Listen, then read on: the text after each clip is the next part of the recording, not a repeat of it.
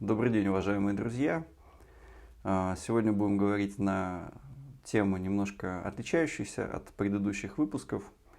Но я думаю, что она будет интересна и широкому кругу зрителей, и непосредственно моим коллегам-востоковедам. Часто студенты, которые сейчас попали наряду со всеми нами в непростое положение из-за эпидемии, или как ее называют, пандемия, спрашивают, когда откроется наконец-то Китай, когда можно будет вернуться, закончить обучение, какие есть предположения вообще по срокам. Ну, зная китайскую бюрократическую машину и насколько она пытается свою логику решений строить, исходя из будущих рисков, и зная, что машина это учитывает риски второй волны, повышения, в том числе завозных случаев и очень тревожного отношения в китайском обществе именно к завозным случаям, самый ранний срок открытия Китая для не только студентов, вообще широкого числа россиян, самое раннее, самое оптимистичное, если не случится ничего по масштабам повторяющее коронавирус, это следующий новый лунный год, то есть это период с 15 февраля по 1 марта. Это самая оптимистичная, самая ранняя дата, когда непосредственно Китай откроется для иностранных граждан, для россиян. Более реалистичная дата – это, скорее всего, после Цзиминьцзя, это праздника чистого света, поминовения усопших. Наверное, это какое-то, возможно, середина апреля. То есть это реальные даты, когда китайское авиасообщение с Россией не просто откроется, но к нему будут допущены граждане России, которые смогут себе обновить визы и так далее. То есть это реальность. Как эту реальность можно ускорить?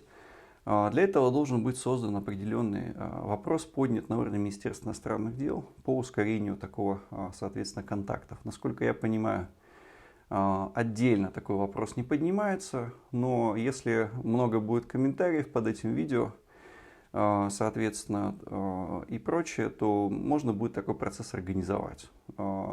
Вполне это реально, учитывая мои контакты с посольством и так далее. То есть, пожалуйста, не стесняйтесь, ставьте комментарии. Если таких комментариев будет много, что мы поймем, что такой работы не ведется, мы эту работу начнем. В этом нет ничего сложного. А китайцы всегда позитивно реагируют на сигналы со стороны России, особенно сейчас. Но этот маленький вопрос, когда мы заживем по-прежнему, когда мы начнем все снова, соответственно, работать с китайцами и так далее, он всех волнует. Но у многих, конечно, появились очень пессимистичные мысли, и очень сложно стало изучать эту профессию, востоковедение, китайский язык, не совсем понимая вообще, какова перспектива изучения данного языка, поскольку он очень сложный. Изучение языка требует нескольких лет. Я думаю, что реально это цифра от 10 лет и больше. То есть длительное вложение времени, сил и есть ли вообще какая-то надежда на окупаемость. Здесь однозначного ответа нету, но есть факторы, которые говорят за и против. Начнем с негативных факторов. Всем разумным людям известно, что продавать надо на верхах, а покупать на низах. Что это значит в простом, не биржевом смысле? А это значит, что учить китайский надо было, когда Китай был отсталой страной. Например, в году 89-м его начинать учить. После того, как открыли границы, съездить туда на стажировку, соответственно, и сильно разбогатеть, и занять какие-то должности в госаппарате и так далее. И, соответственно, окупить свои нечеловеческие на самом деле усилия для его изучения. Что значит учить его, например, начиная в 2020 году? А это значит, что у вас будет сотни, тысячи конкурентов с китайской стороны, которые учили русский язык, и на вас еще будет действовать, соответственно, технологическое давление. А это то, что я называю, соответственно, не только я, машинным переводом. То есть постепенно не останется таких языков, которые бы машинный перевод не мог бы, соответственно, освоить. и заменить там человека. То есть в данном случае не было машинного перевода, был бум российско-китайских связей, соответственно, мы его сейчас переживаем. Но прийти на вершине этого бума и, соответственно, продолжить свое обучение, потратить на него 10 лет, это значит ответить себе на такой вопрос нужно. А что будет с российско-китайскими отношениями в 2030 году? Да? То есть, мы все верим, и, в принципе, нынешняя траектория полета, она прогнозируема, что они будут укрепляться и так далее и тому подобное. Но человек предполагает, а Бог располагает. Соответственно, знать наперед точно, что будет через 10 лет с российско-китайскими отношениями, это не ясно. А вот, например, когда я начинал учить, мне было очевидно, что в 98 году, еще будучи в последних классах школы, мне было очевидно, что Китай догонит и перегонит Соединенные Штаты по объему ВВП. То есть для меня это было очевидно, и то, что мы находимся рядом со страной, простая калькуляция, тогда мне сделало очевидным такое решение – учить китайский язык. Соответственно, если вы сейчас собираетесь это изучать, вам нужно понять, что будет через 10 лет. Окупится ли ваше десятилетие изучения, практики и так далее. Сможете ли вы конкурировать как переводчик с машинным переводом и так далее. То есть это очевидно, что, скажем так, не такой простой ответ, стоит ли его учить. Но, как правило, большинство людей не рассматривают это правило, значит, продавать на верхах. Соответственно, они наоборот идут учить, когда все учат. Соответственно, у нас сейчас бум таких производств, таких востоковедов. При этом востоковеды – это, как правило, люди, которые просто изучают китайский язык, знают его в каком-то объеме, письменный или устный, не всегда одновременно письменный и устный хорошо знают. И, соответственно, их можно действительно легко поменять переводчиком. А во многих отраслях, в принципе, и востоковед особо не нужен. То есть достаточно общаться на английском языке, если это сырьевая торговля и так далее. То есть это не высокотехнологичное сотрудничество. Это вот несколько таких основных факторов, которые влияют на изучение китайского языка. Но есть та область, в которой, соответственно, изучение китайского языка дает плюс. И действительно, если изучать его именно так, то или в таком, скажем так, ключе, то вы будете достаточно конкурентны на рынке труда. Значит, о чем идет речь? Речь идет о том, что изучать китайский язык параллельно изучая что-то еще. То есть это может быть юриспруденция в китайском вузе, да, это может быть, соответственно, экономика, это может быть какая-то биотехнология. На самом деле это очень тяжело.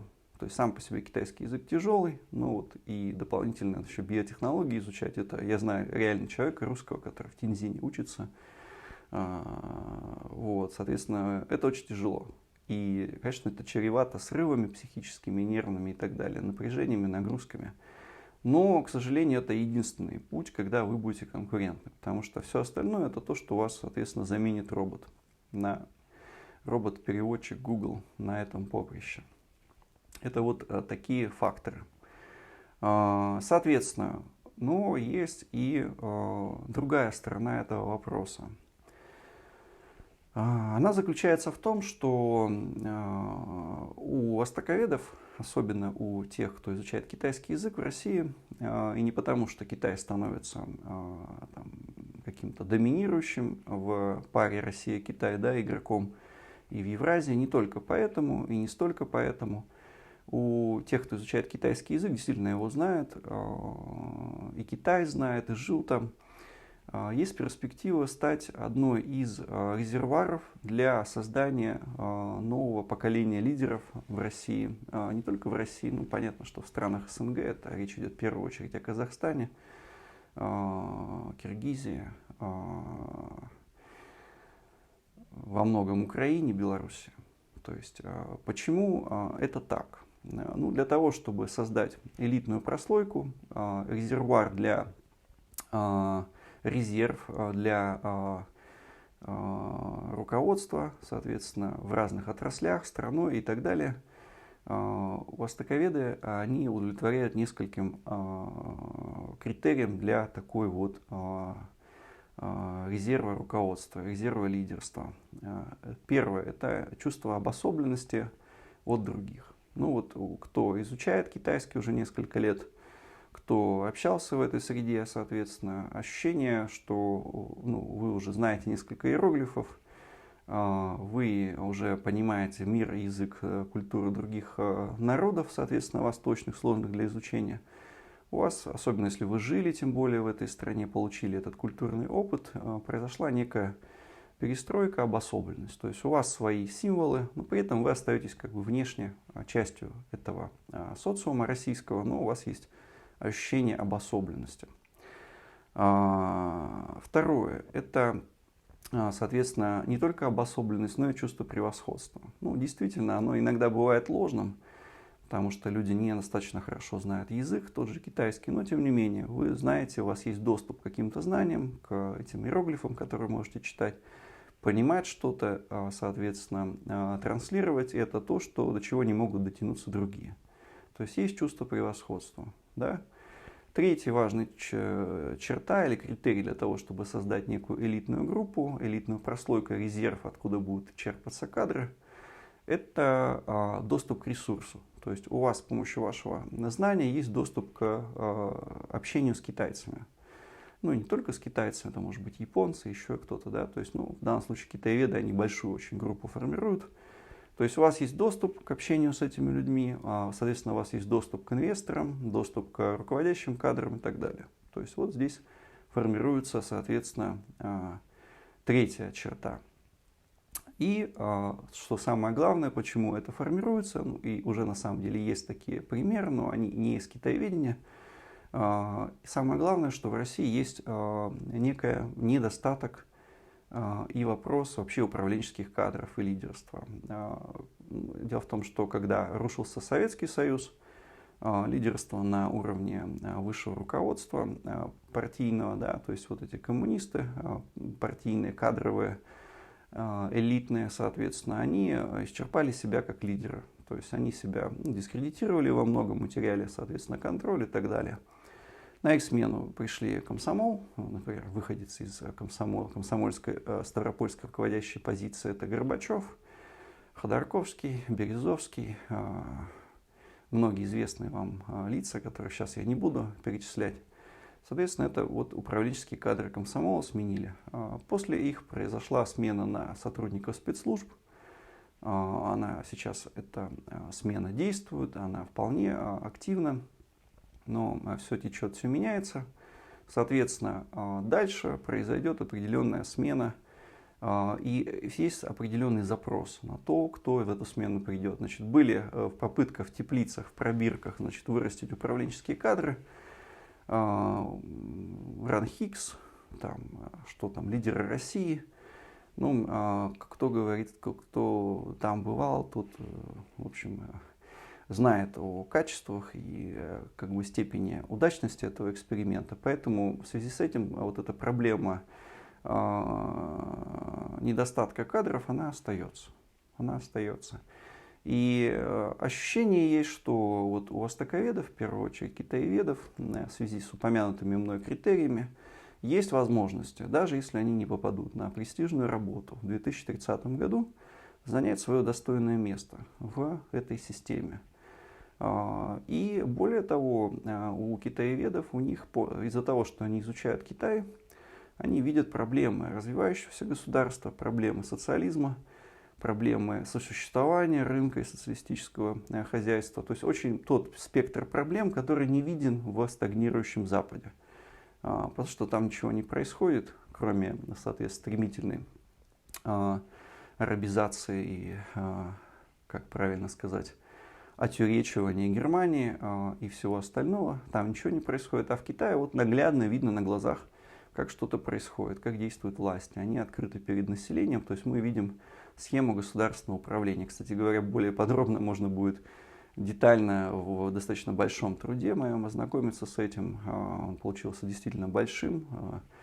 выйдет, к сожалению, уже не в сентябре, а откладывается до октября, но тем не менее можно будет все это узнать, это все достаточно открыто, все это понятно. И в связи с этим есть преимущество и вероятность того, что все, кто сегодня хорошо действительно изучает китайский язык, побывали в Китае, получили опыт знакомства, сравнения, анализа, как в Китае, как в России и так далее, все это развивается. И если кто-то из них получит, соответственно, вторую специальность, инженерную, юридическую и так далее, то, скорее всего, это будущие руководящие кадры России. За примерами не надо далеко ходить. Такие примеры у нас есть в ближневосточном, соответственно, измерении. Ну, самый яркий пример – это выпускник, троечник Института стран Азии и Африки, Примаков Евгений Максимович, премьер-министр. В принципе, не самый плохой премьер-министр в истории Российской Федерации. Соответственно, почему троечник? В данном случае это не плюс и не минус. То есть человек освободил часть своего, соответственно, ментального аппарата, мозга, для решения общих задач от языка. Потому что язык, конечно, накладывает определенный отпечаток и нагрузку. И многие востоковеды зачастую просто работают переводчиками, но они не имеют какого-то другого фона, вот о чем я говорю, второй специальности и понимания, зачем им этот инструмент нужен, они ими пользуются как инструментом. Но, как говорил Конфуций, благородный муж или аристократ – это не инструмент. Но вот пока востоковед будет инструментом, не имея понимания, как его использовать и зачем, соответственно, он не попадет в никакую элиту. Но вот, тем не менее, Евгений Максимович Примаков, арабист с посредственным знанием арабского, но с хорошими знаниями страноведения, стал премьер-министром. Значит, второй пример – это лидер фракции ЛДПР Жириновский, тюрколог. Ну, плохим тюркологом быть сложно, потому что турецкий язык учится за 2 года до совершенствия при усилиях, которые потребляются на китайский язык. Соответственно, ну и много-много-много-много таких, соответственно, примеров. Можно примеры привести и из царской России. Маннергейм путешествовал в Китае с специальной миссией Генерального штаба и так далее. Таких вот востоковедов практических очень много. И здесь вновь появляется такая, соответственно, перспектива до 2030 года, но с учетом выполнения нескольких условий, о которых я уже высказался. Вот, собственно говоря, о чем я сегодня вам хотел сказать. По поводу, значит, спонсорства. Для спонсоров я планирую записать большой ролик о выходе на китайский рынок. Почему не получается у маленьких компаний, и не только маленьких, а даже очень-очень-очень больших. Информация, которая мной почерпнута из личной работы с крупными компаниями, корпорациями и так далее. Поэтому становитесь спонсорами.